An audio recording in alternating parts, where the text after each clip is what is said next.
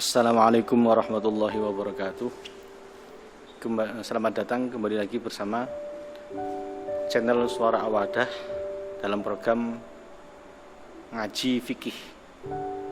Program ini merupakan program kerjasama Suara Awadah dengan Pondok Pesantren Al-Kahfi Somalang. Kitab yang akan kita kaji yaitu kitab Al-Iqna' fi Halli Al-Fadhi Abi Syuja'.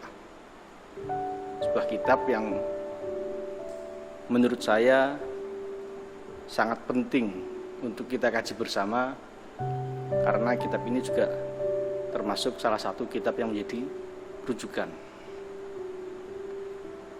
Lalu kaitannya dengan program ngaji fikih.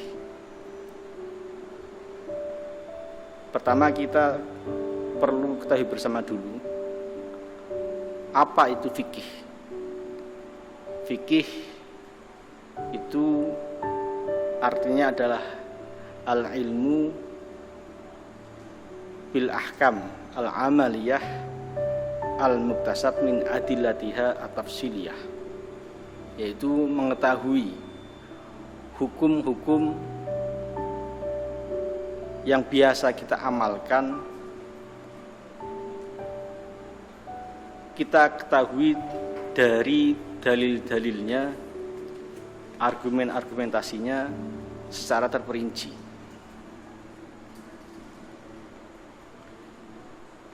Fikih sendiri memiliki banyak mazhab. Seperti yang kita ketahui bersama, mazhab yang terbesar yang diakui oleh ahli sunnah wal jamaah, mazhab fikih itu ada 4. Yang pertama adalah mazhab Hanafiyah, di mana mazhab Hanafiyah ini satu-satunya atau yang pertama kali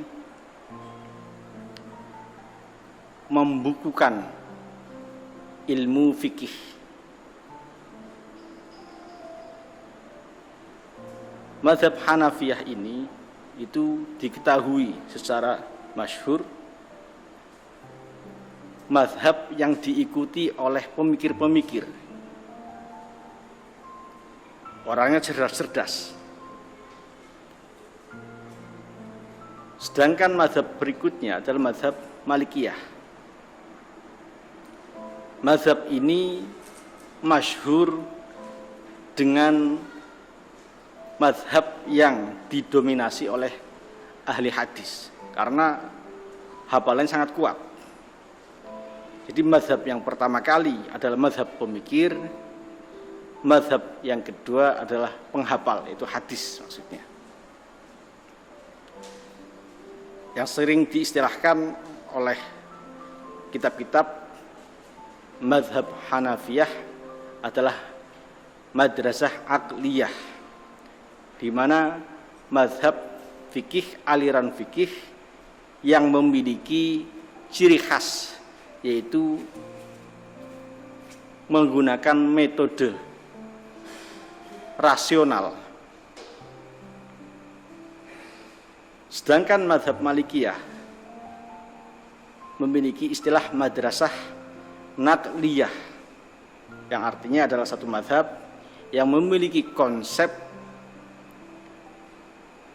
tekstual, selalu mengikuti teks-teks hadis sebagai acuan dasar hukum fikih. Lalu mazhab yang ketiga, yaitu mazhab yang menjadi mayoritas di negara kita, negara Indonesia, yaitu mazhab Syafi'iyah. Mazhab yang ketiga ini itu merupakan mazhab yang memadukan dua konsep pendahulunya, yaitu memadukan madrasah akliyah dengan madrasah nakliyah. Sehingga mazhab Syafi'iyah ini memiliki prinsip berpikir tekstual dan rasional. Tekstual dan rasional. Sehingga Imam Syafi'i juga menjadi pelopor kitab usul fiqh, di mana usul fiqh inilah yang menjadi dasar pemersatu antara madrasah nakliyah dan madrasah akliyah, yang sebagai dasar berpikir dua mazhab pendahulunya. Dan yang keempat yaitu mazhab Hanabilah, atau sering kita kenal mazhab Hambali. Untuk mazhab yang keempat ini itu tidak membuat sesuatu yang baru, melainkan mengikuti mazhab kedua, yaitu memiliki konsep berpikir tekstual. Apapun yang ada di hadis itu menjadi acuan hukum. Lah, apa pentingnya fikih? Pentingnya fikih itu supaya kita betul-betul bisa memahami syariat Islam. Dari fikihlah kita betul-betul bisa memahami syariat Islam.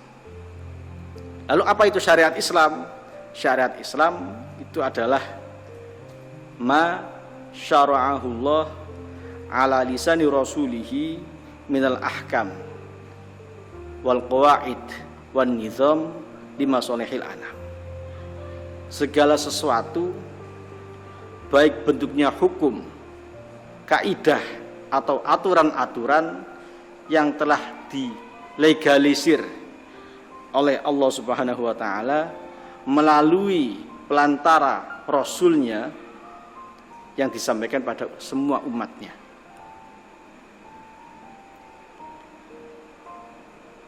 Dari definisi syariat ini tentu kita pahami bahwa syariat bukanlah kaku,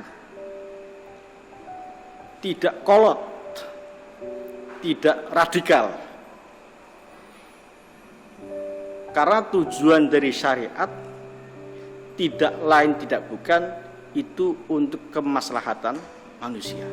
Sehingga dari para rasul sebelumnya, semua rasul diberikan dua bekal, akidah dan syariah.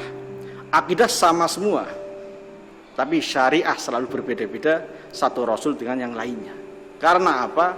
Karena kemaslahatan satu masa itu akan berbeda dengan kemaslahatan masa yang lain. Sehingga apabila dianggap syariat itu terlalu membebani, terlalu kolot, itu bukan salah syariat, tapi salah pemahaman tentang syariat. Bukti konkret yang kita pahami dari ilmu fikih ini yaitu keberagaman aliran fikih. Ada 4 yang diakui oleh ahli sunnah wal jamaah, dan yang lainnya masih banyak, tapi yang diakui itu ada 4. Keberagaman mazhab fikih inilah salah satu yang bisa membantu kita untuk memahami betapa syariat itu betul-betul untuk kemaslahatan, sehingga tidaklah mudah, tidaklah susah, tidaklah kolot, tidaklah radikal. Apalagi diperkuat lagi dengan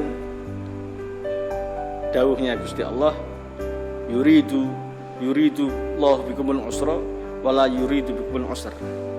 Allah itu menghendaki untukmu semua nih kemudahan, tidak menghendaki kesulitan. Sehingga dari ini semua kita bisa memahami betul-betul syariat itu tidaklah membutuhkan kita, tapi justru sebaliknya, syariatlah yang dibutuhkan kita. Bukan syariat yang membutuhkan kita, tapi kita yang membutuhkan syariat.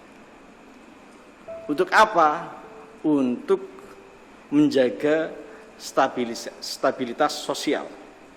Karena dalam fikih itu banyak membahas tentang bagaimana kita bisa bersosial dengan baik.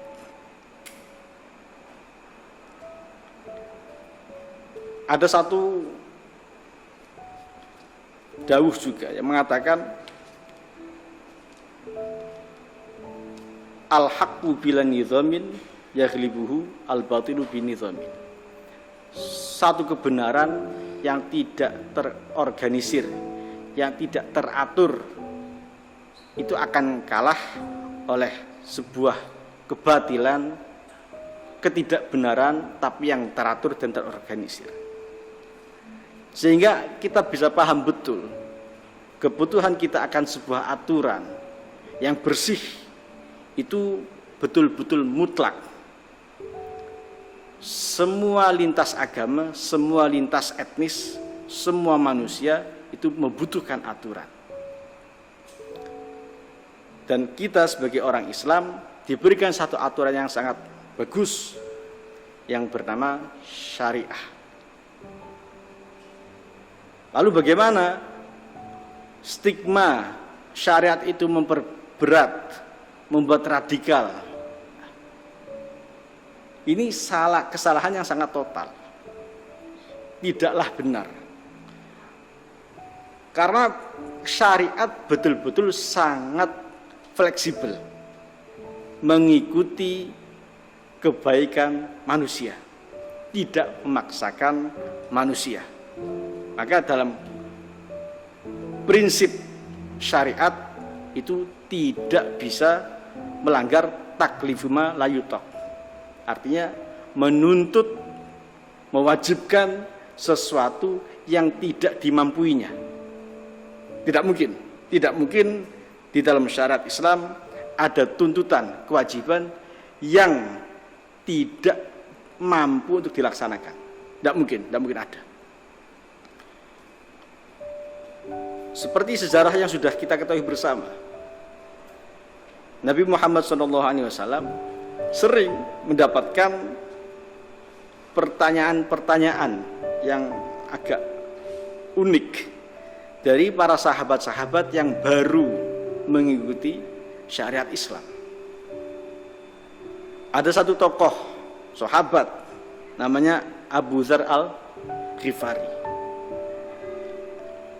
Beliau sahabat Nabi, mantan begal, mantan perampok, mantan penjahat. Dan beliau ingin masuk Islam. Kenapa ingin masuk Islam? Karena jenuh. Preman, perampok, semua orang yang melakukan tindakan kriminal sebetulnya orang-orang yang menginginkan tidak adanya aturan. Padahal fitrahnya manusia berkelompok, bersosial, membutuhkan aturan. Sehingga pada akhirnya orang-orang yang menginginkan tidak adanya aturan pasti akan merasakan kejenuhan. Dan ketika sudah merasakan kejenuhan, pasti akan lari mencari aturan yang bisa diterima. Sahabat Abu Dzar al-Ghifari ini akhirnya masuk Islam. Ketika awal-awal masuk Islam, beliau bertanya pada Rasulullah SAW, amal apa saja yang harus dilakukan? Dijawab, harus sholat. Aduh, saya masih berat melakukan sholat.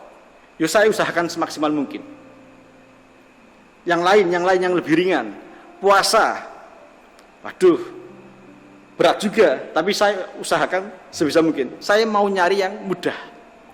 Pada akhirnya Rasulullah SAW bersabda, takufu syarroka anin nas, fa innaha sodaqotun min nafsika ala nafsik. Yang artinya, kamu menahan untuk tidak melakukan keburukan pada orang lain, maka itu menjadi satu sedekah darimu untukmu sendiri. Yang artinya apa? Dalam syariat Islam sangat lentur, sangat fleksibel.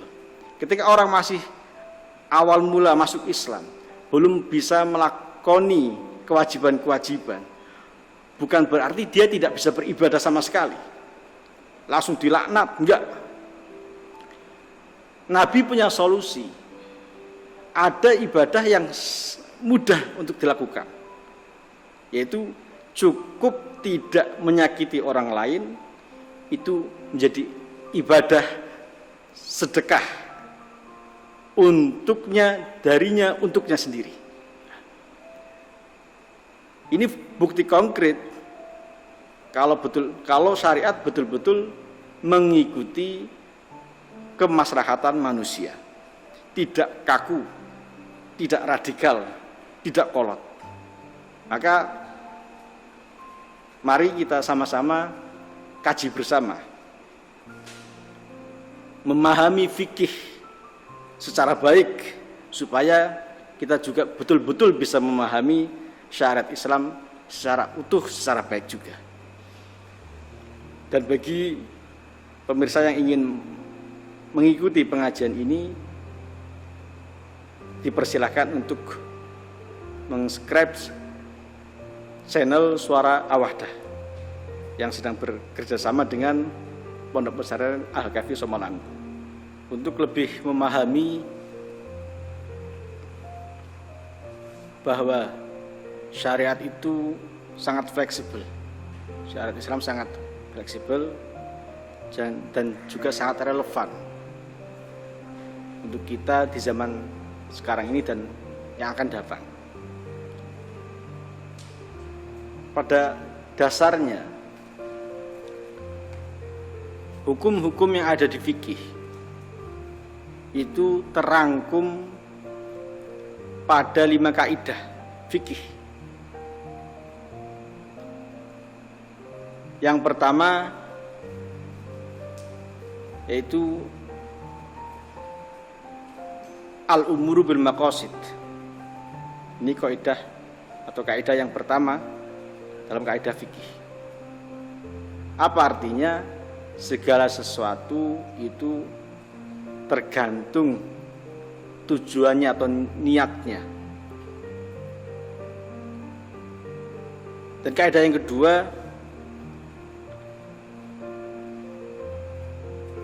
al-yaqinu la yuzalu bisyak, yang artinya hukum-hukum yang dihasilkan dari keyakinan tidak lantas hilang karena sebuah keraguan. Nanti bisa kita jabarkan ketika masuk ke pembahasan kitab ini.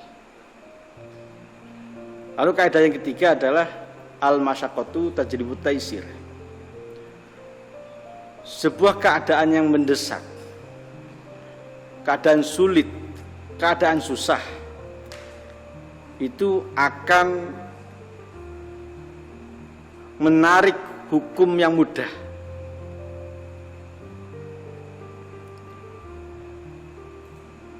Ini salah satu kaidah yang betul-betul sangat kontekstual.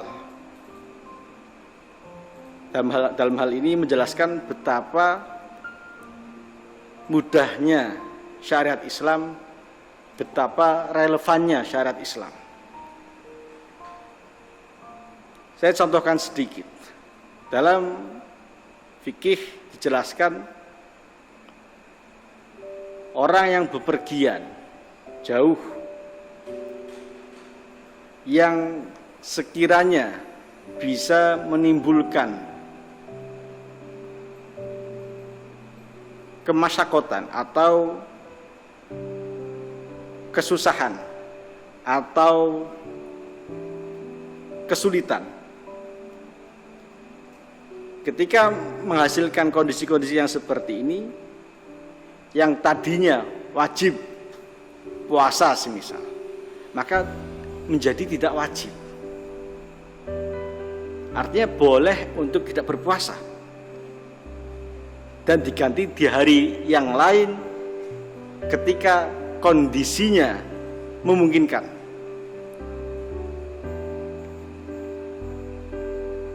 Apakah sekarang masih relevan? Wah, banyak yang mengatakan sekarang sudah tidak relevan. Artinya kalau dulu mungkin bepergian jauh mengakibatkan kesulitan, kesusahan karena capek yang luar biasa. Sedangkan transportasi belum semodern atau semaju zaman sekarang. Apa lantas keringanan hukum ini hilang? Tidak hilang, tetap masih ada. Lalu kenapa? Padahal sekarang pakai pesawat, pakai mobil, itu sudah enak. Tidak ada kesulitan, tidak ada kesusahan di situ ketika kita bepergian. Lalu kenapa dispensasi hukum ini, keringanan hukum ini masih ada? Nah, ini hebatnya syariat Islam. Kenapa masih ada? Karena kesusahan, kesulitan itu tidak dilihat hanya dalam realnya. Artinya harus betul-betul capek dulu, susah dulu, sulitan dulu, baru ada kemudian. Tidak begitu. Cara berpikirnya tidak begitu. Lalu bagaimana? Ulama sepakat yang diartikan kesusahan, kesulitan ini tidak hanya real, harus ada. Tidak, tapi ketika ada potensi itu juga bisa tetap menghasilkan hukum yang ringan. Kalau di istilahnya ulama itu bukan ainul masyaqqah tapi madzinnatul masyaqqah. Artinya cukup hanya ada potensi bisa menyebabkan susah, sulit, capek. Di situ ada keringanan hukum. Ini sangat luar biasa. Betul-betul syariat Islam ini selalu relevan zaman kapanpun, dimanapun. Karena sangat lentur, sangat menyesuaikan kondisi dan keadaan. Ya, saya kira harus dipahami betul-betul ini supaya kita bisa menjalani syariat Islam tidak berat. Nah, untuk tidak berat harus melihat sisi-sisi yang seperti ini. Jangan taunya hukum ini tok kaku. Cara sudut pandangnya melihat syariat jangan seperti itu. Lalu ketika ada kaidah lain lagi, kaidah ad-dararu yuzal, kaidah yang keempat. Kaidah fikih mengatakan ad-dararu yuzal, yang artinya semua yang berbahaya itu dihilangkan. Jadi pada dasarnya hukum-hukum fikih, aturan-aturan fikih tujuannya tidak lain tidak bukan menghilangkan sesuatu yang berbahaya. Jika wajar kita harus mau menerima syariat Islam dengan lapang dada. Kalau pikiran kita betul-betul jernih, memahami ini, maka syariat Islam sama sekali tidak berat.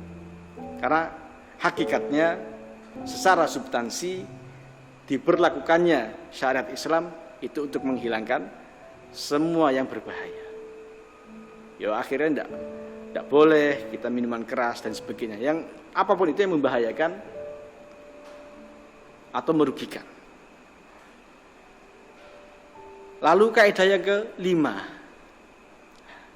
Ini saya rasa sangat penting juga. Kaidahnya menyebutkan al-adah muhakkamah, yaitu artinya adat, tradisi, budaya juga menjadi landasan hukum. Yang artinya syariat Islam tidak anti budaya, tidak anti adat, tidak anti tradisi. Justru memasukkan adat, tradisi, budaya menjadi sebuah landasan hukum. Selama adat, budaya atau tradisi ini tidak menyalahi norma-norma syariat. Apa norma-norma syariat itu? Yang penting untuk kemaslahatan manusia. Selama adat, tradisi atau budaya tidak merusak kemaslahatan manusia, maka adat, tradisi atau budaya itu diakomodir oleh syariat menjadi landasan sebuah hukum. Nah, saya kira 5 kaidah fikih ini saja itu sudah cukup untuk kita pahami dengan baik yang seharusnya dan sebaiknya menghasilkan hati kita atau pikiran kita tidak sempit menerima atau menjalani syariat Islam ini. Banyak memang propaganda di luar sana, banyak sekali yang mengatakan syariat itu tidak relevan, syariat itu memberatkan, banyak aturan. Itu semua tidaklah benar. Kalau ada yang memahami seperti itu, bukan salah syariat, salah orang yang memahami syariat. Ada salah pahamnya di situ.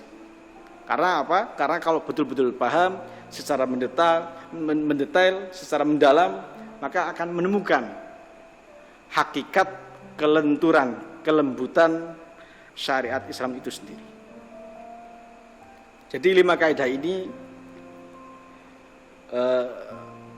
yang bisa membuat kita bisa menerima syariat dengan lapang dada dan senang hati. Kalau semisal 5 ini masih susah ini untuk memahami syariat secara utuh, masih susah. Ada satu ulama mengatakan, sudah nggak usah 5, kebanyakan. 1 kaidah saja, itu sudah bisa untuk memahami syariat Islam secara baik. Apa itu kaidah apa itu? Yaitu jalbul masolih wa darul mafasid. Apa artinya? Menarik semua yang maslahat, semua yang baik-baik, lalu menolak, membuang semua yang buruk-buruk. Ini dasar dari semua macam-macam aturan-aturan fikih dan hukum-hukum fikih. Seharusnya kalau kita betul-betul berpikir, mana ada orang yang mau jauh dari kebaikan, sesuatu yang mengenakan, menguntungkan, nggak ada. Sebaliknya, mana ada orang yang mau dekat-dekat dengan sesuatu yang berbahaya, sesuatu yang membahayakan, sesuatu yang merugikan. Ini logika paling sederhana yang seharusnya bisa diterima oleh semua orang yang berpikir.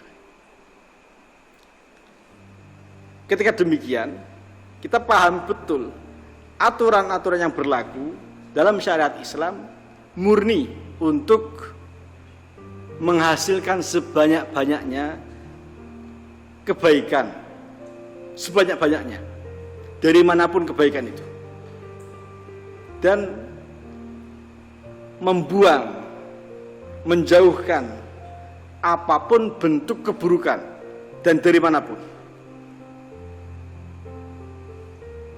Nah, ini jadi dari 5 kaidah dirangkum menjadi 1 kaidah.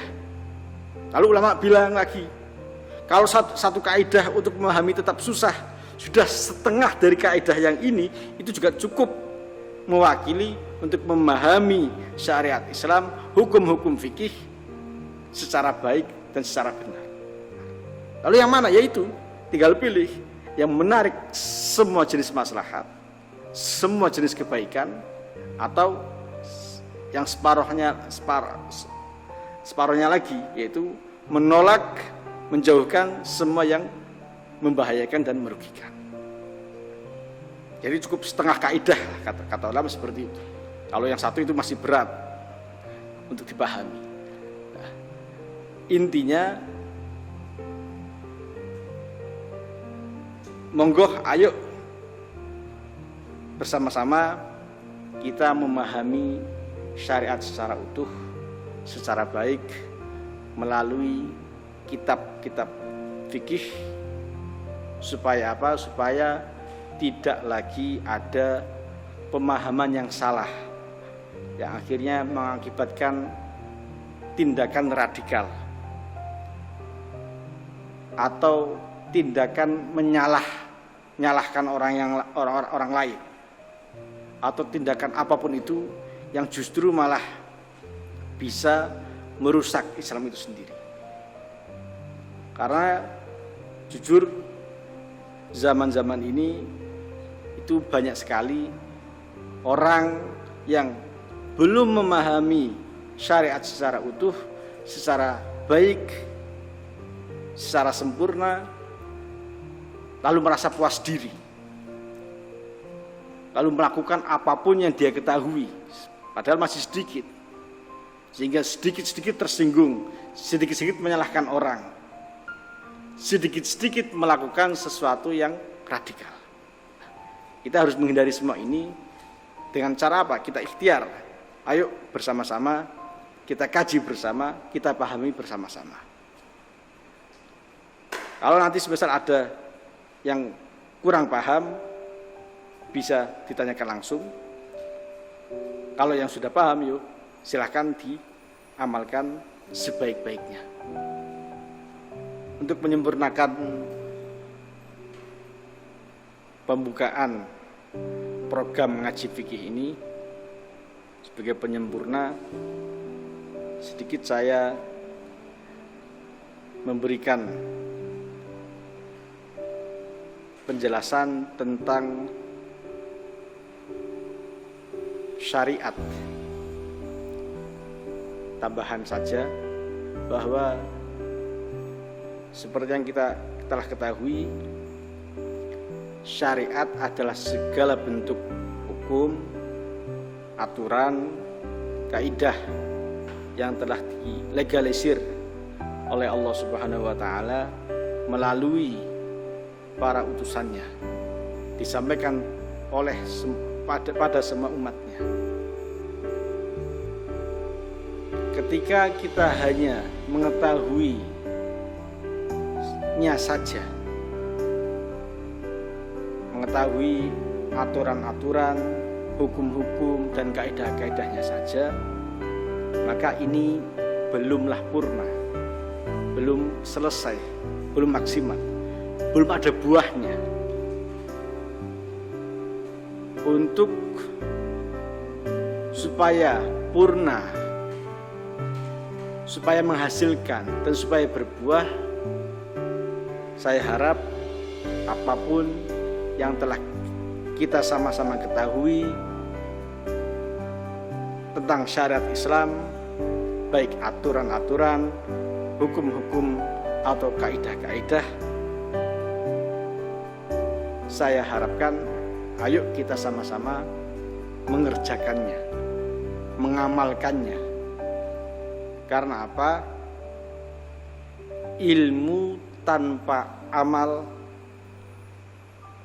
itu tidaklah berfaedah, tidak memiliki fungsi, tidak memiliki nilai positif. Justru sebaliknya, ilmu yang tanpa amal itu namanya sesuatu yang negatif, sesuatu yang sia-sia. Sehingga kita perlu menerapkan pada diri kita sendiri satu ilmu, satu amal. Artinya apa? Segala amal kita harus berlandaskan ilmu, dan segala ilmu kita harus membuahkan amal.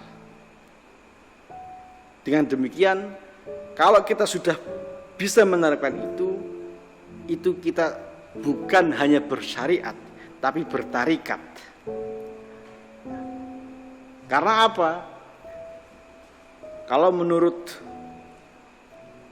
ulama-ulama sufi, hanya sekedar mengetahui hukum-hukum Allah, aturan-aturan Allah, itu hanya sebatas syariat saja, belum memiliki buah yang positif. Tapi kalau sudah bisa sampai mengamalkan, baru bisa mencapai apa yang diinginkan oleh syariat itu sendiri. Sehingga ikhtiar kita dengan mengikuti program ngaji fikih ini, membuat program ngaji fikih ini, saya harap dan saya ingin sekali ikhtiar ini menjadi tarikat. Tarikat apa? Tarikat ta'lim wa ta'allum, yaitu sebuah tarikat yang isinya belajar dan mengajar untuk menghasilkan satu kesepakatan. Apa? Satu ilmu, satu amal. Setiap amal harus berlandaskan ilmu, setiap ilmu harus membuahkan amal. Jadi saya kira cukup sekian untuk pembukaan program ngaji fikih ini. Semoga betul-betul bisa memberikan motivasi terhadap semua yang menonton untuk sama-sama ayo kita mulai ngaji. Bukan untuk kepentingan kita, tapi untuk kepentingan semuanya. Karena apa? Dengan media ini saya harap bisa mereduksi pemahaman-pemahaman yang salah tentang syariat Islamiyah. Jadi sekali lagi, monggo kita ikuti kajian ini bersama-sama, dan siapapun yang mau ikut monggo saya persilahkan untuk ikut, dan jangan lupa untuk ikuti channel Suara Awadah yang bekerja sama dengan Pondok Pesantren Al-Kahfi Somalang. Cukup sekian. Wassalamualaikum warahmatullahi wabarakatuh.